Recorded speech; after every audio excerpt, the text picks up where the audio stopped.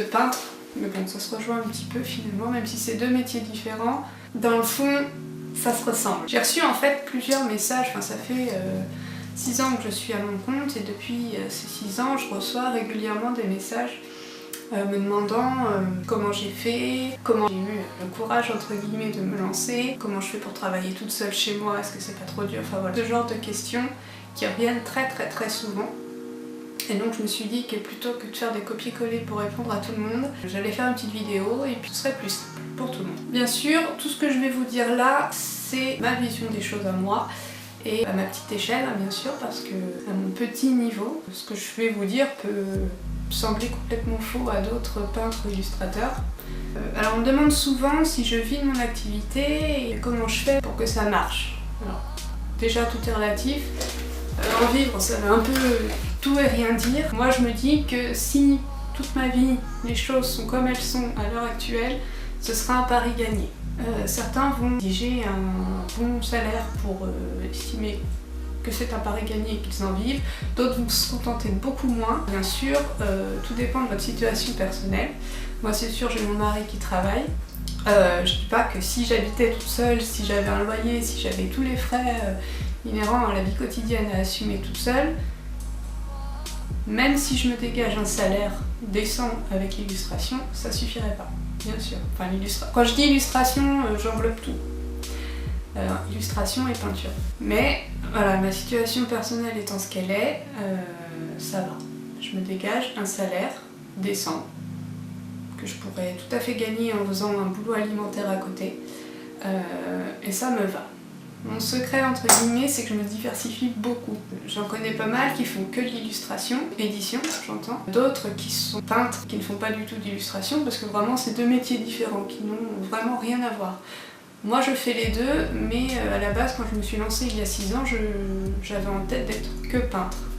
Et puis le hasard a fait qu'un jour on m'a proposé un contrat pour illustrer un roman jeunesse et puis c'est ce qui a lancé la machine illustration. Mais à la base j'avais pas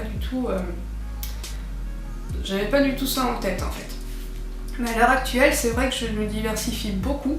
Donc je fais de l'illustration, je fais de la peinture, donc je vends mes toiles en galerie et puis en vente directe. J'anime des ateliers, plein de petites choses à côté qui font que, au final, toutes ces petites choses additionnelles à la fin du mois font que mon mois est bien.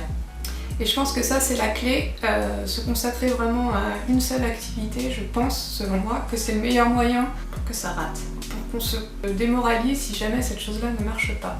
Moi ce qui se passe c'est que là par exemple je suis dans une période où, bien qu'ayant 2 livres à faire en ce moment en même temps, ça faisait un moment que j'avais pas signé de contrat et là après ces 2 livres-là j'ai rien en vue.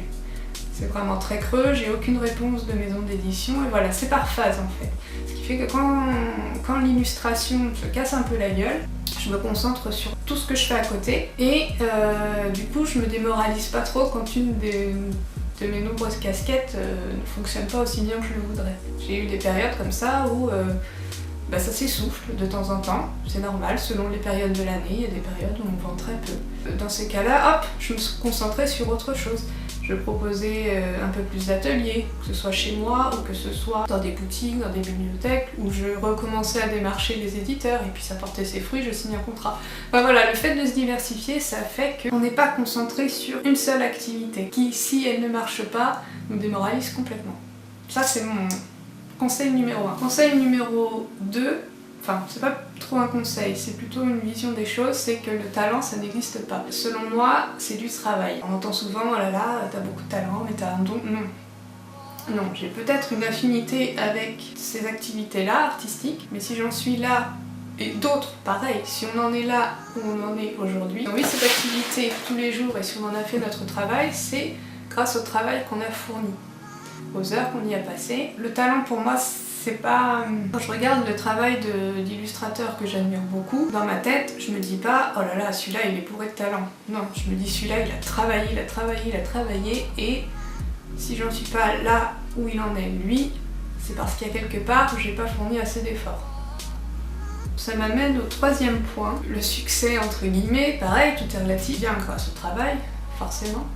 Mais vient aussi du fait qu'il ne faut pas avoir peur de se tromper, de tester plein de choses, de sortir un petit peu de tes sentiers battus.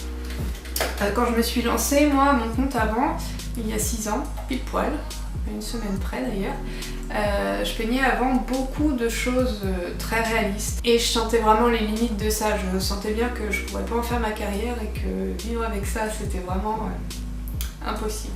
Et donc un jour, sentant bien les limites de tout ça, j'ai décidé de bousculer un peu les choses.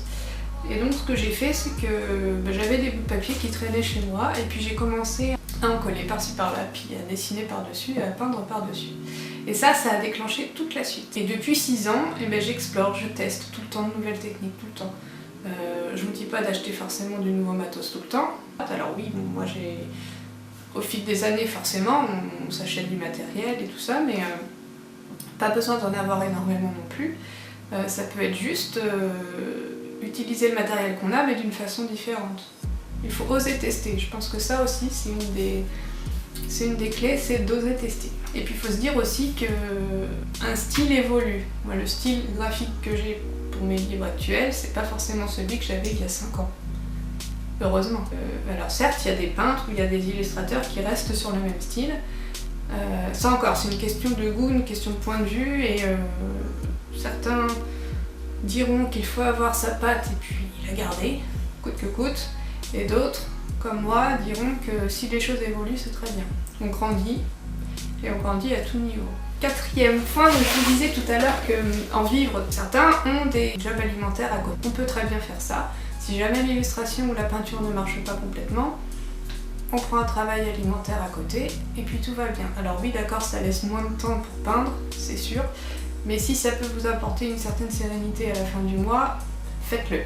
Ne vous acharnez pas à essayer coûte que coûte. De toute façon, il y aura des hauts, il y aura des bas, il y aura des mois très creux, et d'autres mois qui vont cartonner. Il faut penser à la moyenne sur l'année en fait. Il ne faut pas se focaliser sur les mois qui ne marchent pas ou sur ceux qui marchent très bien. Et donc pour les débuts, je vous conseille de prendre un travail à côté, un petit boulot alimentaire de quelques heures. Ça vous gonflera, c'est possible. Mais si ça peut vous aider à travailler votre peinture, votre illustration plus sereinement, faites-le.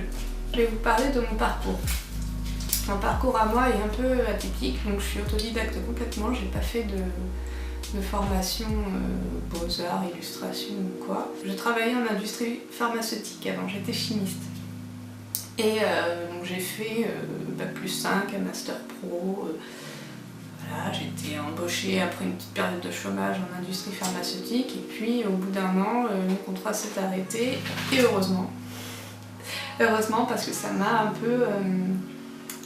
ça m'a remis un peu les pendules à l'heure de savoir ce que je voulais vraiment. Donc déjà, le travail en entreprise, c'était pas pour moi. L'ambiance collègue, potin, lynchage des gens qui sont un peu différents. Non, vraiment, j'avais besoin d'un côté un peu plus humain, quoi. Et vraiment, ça m'a pas convenu du tout. Et pendant tout l'été, au début, j'ai cherché du travail en chimie, et puis je voyais des CV, des lettres de motivation en priant pour qu'on me réponde non, on n'a pas besoin de vous, ou non, votre profil ne correspond pas. C'est pas super, c'est pas la bonne recette, quoi. Donc du coup, 2 mois plus tard, je me suis dit bon allez, j'arrête d'envoyer des CV. En plus, j'en ai envoyé 3-4 dans l'été, enfin franchement, aucune motivation, quoi. Et donc en septembre, j'ai commencé à faire les démarches pour voir si je pouvais pas faire une formation de peintre en décor à la FPA, en reconversion professionnelle. Donc j'ai commencé les démarches en septembre et puis j'ai commencé la formation en février suivant, donc février 2011. Et donc j'ai commencé cette formation pour 7 mois. Et pendant cette formation, on a appris tout ce qui est fausse matière, faux marbre, fausse pierre, tous les trompe-l'œil, les décors muraux et tout ça. Et durant ces 7 mois, il y avait 2 ou 3 périodes de stage, je crois.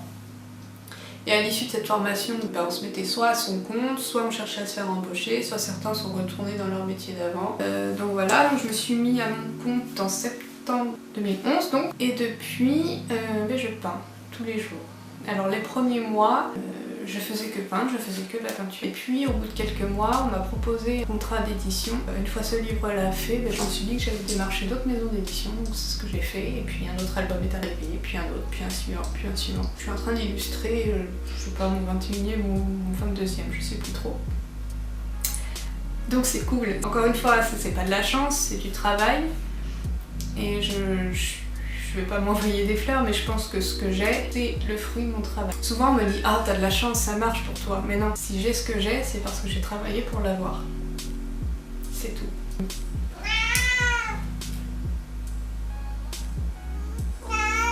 Bah oui. Et alors, on fait quoi? Oui. Oh là là, c'était gros chat. Ouais, j'ai vraiment besoin de travailler pour moi, de m'en prendre qu'à moi si ça marche pas, de me féliciter moi si ça marchait bien. Puis finalement, travailler seule, c'est ce que j'aime quoi. Beaucoup de gens me demandent mais comment tu fais pour travailler toute la journée toute seule, voir personne? Bah, j'adore ça en fait, j'adore ça. J'aime bien travailler chez moi, mon rythme dans le calme, je mets de la musique si j'ai envie. J'ai mes ateliers une fois par mois qui me font un peu voir du monde. Alors c'est peu, hein, mais moi ça me va. En période de fin d'année, si je fais beaucoup de marchés, d'expositions ou quoi, ben là je rencontre un peu les collègues. Moi ça me va, j'adore cette vie-là quoi. Et je pense vraiment qu'il faut être fait pour travailler seul quand on se lance, parce que je connais certains qui ne le vivent pas bien, qui n'arrivent pas à se motiver, ou qui travaillent seuls et puis qui vivent très mal cette solitude-là. Alors il y a aussi la solution de travailler en atelier commun, de louer un petit espace dans un grand atelier, histoire d'avoir des collègues, quoi. Et de ne pas se sentir seul dans son coin et trop isolé. Mais moi j'ai largement l'espace qu'il faut chez moi et je suis bien toute seule. Vraiment, je pense que j'ai trouvé ma place là. Donc je suis bien. J'espère que tous ces petits conseils vous serviront et puis à bientôt!